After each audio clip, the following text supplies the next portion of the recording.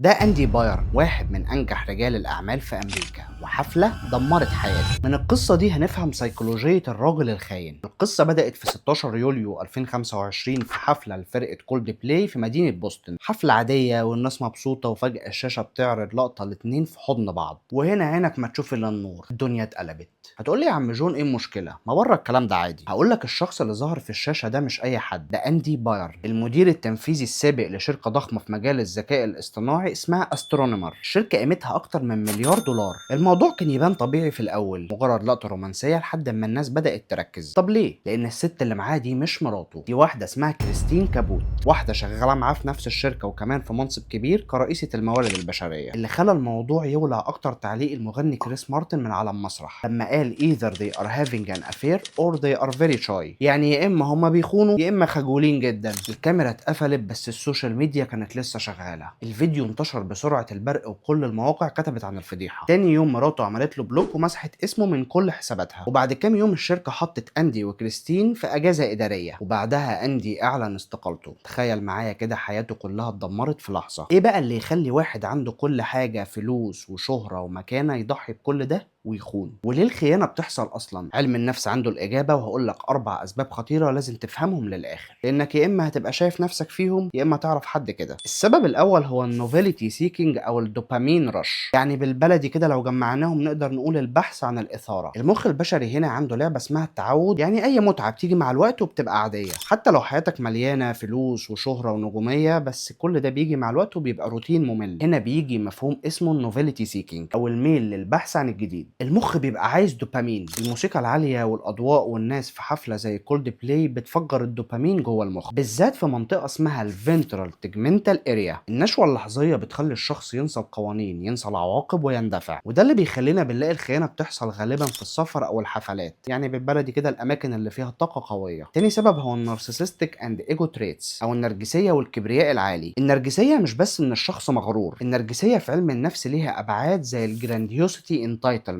يعني الإحساس بالعظمة. هنا الشخص بيحس إنه يستحق كل حاجة مهما كان تمنها. الشخص النرجسي كمان عنده حاجة اسمها الإلوجن اوف انفولنرابيليتي، يعني وهم إنه لا يقهر، وفي دماغه بيقول أنا فوق القانون، القواعد دي للناس العادية مش ليا. وده اللي بيخلي واحد عنده فلوس وسلطة يخاطر بكل حاجة، لأنه ببساطة شايف نفسه فوق القانون. تالت سبب هو الإيموشنال افويدنس أو التهرب من المشكلات الزوجية. كتير من الخيانات بتحصل مش علشان الحب انتهى، لكن علشان في مشكلة في التواصل. في علم النفس ده بيبقى اسمه الافويدنت كوبينج ميكانيزم، يعني بدل ما تواجه المشكلة بتهرب منها. لو العلاقة فقدت الايموشنال انتمسي أو القرب العاطفي بيحصل فراغ، والشخص هنا بيبدأ يدور على اكسترنال فاليديشن، يعني تقدير من بره، وده كمان مرتبط بنمط التعلق. ده بيخلي الشخص مش قادر يعبر أو يواجه، فبيختار الطريق السهل حتى لو كان مدمر. رابع سبب هو البروكسيميتي افكت او بيئه العمل المغلقه. مصطلح البروكسيميتي افكت في علم النفس يعني كل ما اتنين يقضوا وقت اطول مع بعض، كل ما احتماليه ان الانجذاب العاطفي اللي ما بينهم تزيد. لا، وكمان في حاجه اسمها الباور داينامكس او فرق القوه، زي مدير وموظفه، وده بيخلق علاقه فيها سيطره واعتماد نفسي. وهنا بيحصل حاجه خطيره جدا اسمها الباوندري ايروجن، يعني الحدود ما بين الشغل والحياه الشخصيه بتبدا تختفي، وساعتها اي لحظه اندفاع ممكن تبوظ حياه كامله. الخيانه مش مجرد فعل لحظي، دي نتيجه شغل دماغ معقد. دوبامين، نرجسيه، تجنب مشكلات، ديناميكيات السلطه. احنا مش بنبرر لكن بنفهم. دلوقتي عايزك تكتب لي في الكومنتات، لو حطيت نفسك مكان اندي ايه اكتر سبب شايفه ممكن يوقعه في الخيانه؟ ما تنساش تعمل لايك وسبسكرايب، علشان في الحلقه الجايه هنتكلم عن سيكولوجيه جديده هتتفاجئ مين بطلها.